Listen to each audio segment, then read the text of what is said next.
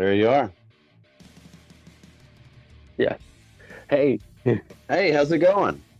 Yeah, it's fine. I was just struggling with my headset. It was all like bloop, so that was my delay, my 2 minutes delay. So I'm sorry It's all right. about that, but I'm here. It's Well, all my right. name is I feel sorry. like headphones are nature or like the evidence of like the chaotic nature of the universe, you know? The Yeah. second you take them out of your ears, they're immediately just bald in the biggest knot. Yeah, and I love wired ones, so I Yeah. keep on struggling on it. So it's terrible. I was like, oh no way, I'm 2 minutes early. But well, here I am. And well, nice to meet you. This is an interview for El Cuarto del Metal and also El Planeta del Rock. That's my YouTube channel. El Cuarto del Metal is the social media.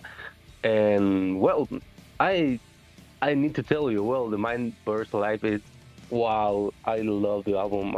I'm constantly listening to it, and and for me, it's like a masterpiece of doom metal. I don't know how to say it like in the right words because I love it. How was for you this creative process of this album? Well, it was initially very short and easy, and then it turned out being very long and drawn out. So, like the way the songs emerged in like 2019 when we first started writing them, like they they just flowed out in a very natural way, and I felt like they were not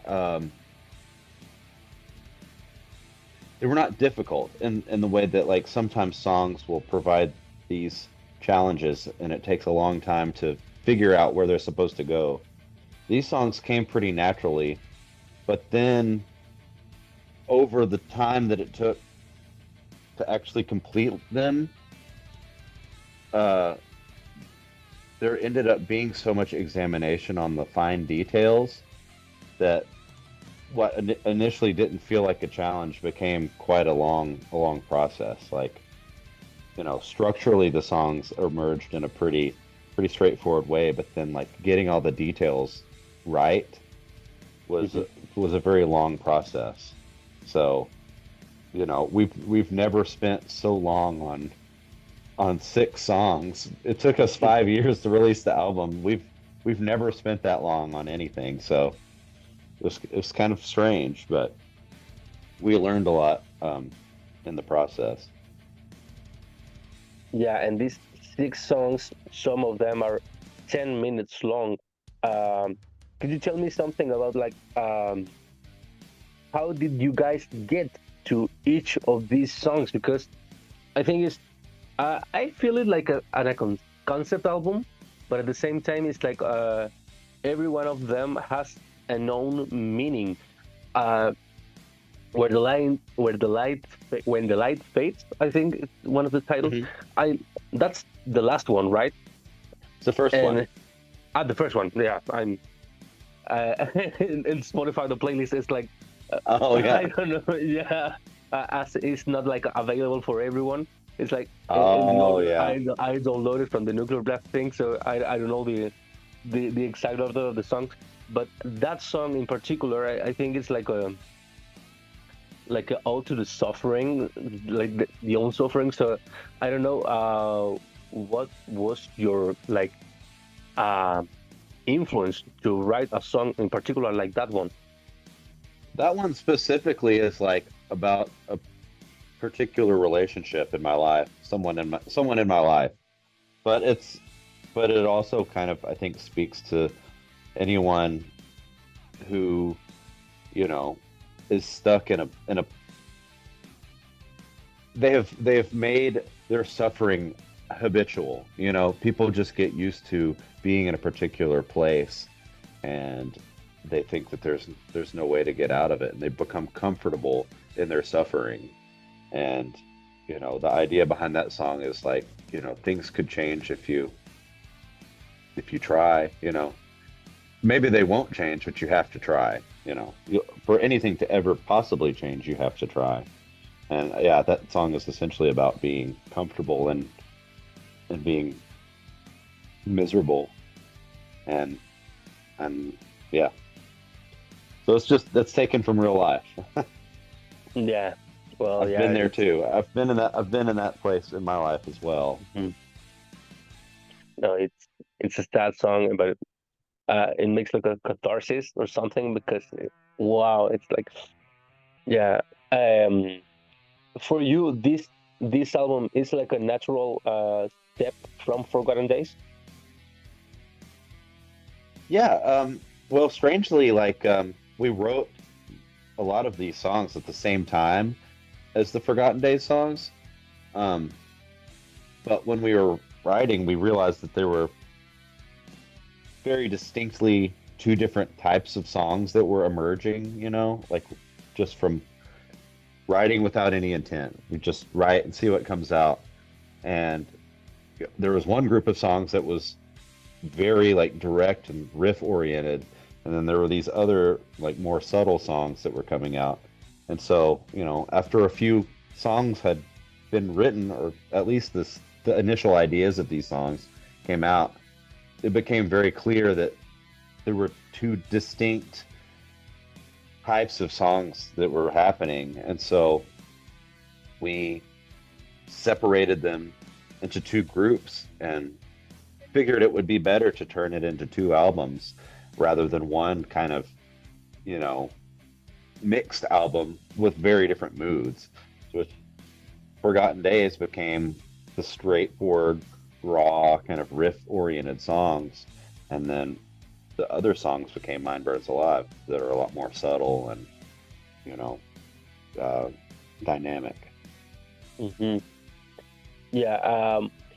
What was your formula to reach the Mind Burns Alive sound? There was no really defined formula. It was just kind of a sense of exploration. I think, if anything, it was a desire to explore the quieter elements of our sound, the more, um, you know, the idea of air, like air in the music. Um, Negative space, I like to call it. Just the silence between notes. Um, a lot of what doom is just, drawn out chords. If you take the fuzz off, it's silence. The notes don't Mhm. sustain in the same way. So it was trying to explore that side of what, we our take on what doom is, I guess, and explore that side of our sound, because we haven't really done it that much. There's some points throughout our discography where I mean, I guess, like Plea for Understanding, there's the quiet verses in that, but we decided to explore that further and see what we could do with it. Yeah, and always saying this, like people forget how important is silence in music and in everything. So yeah, and thank you for mentioning that, because I was really loving those silence parts on the album, because it feels special, and it's not like, okay, the guy stopped playing. No, no, no. It's a necessary silence between all these songs, so it's really cool. Thank you. Thank you. I like to think of it as a place where you can like take a breath, it's like, Yeah. instead of filling every moment with something, just let it be, and yeah, I like that in music too. Just a moment to kind of take a break, you know? Yeah. Well, what are your expectations with this album, he, which comes this Friday? Well, I expect it's going to outsell Taylor Swift. I have no idea, man. I just hope people Yeah. enjoy it, man. We we put probably more work into this album than we've put into any other record, just because we were originally going to record it in 2020, and so since that didn't happen, we spent all of these years like refining the songs and like figuring out how we wanted to go about recording them.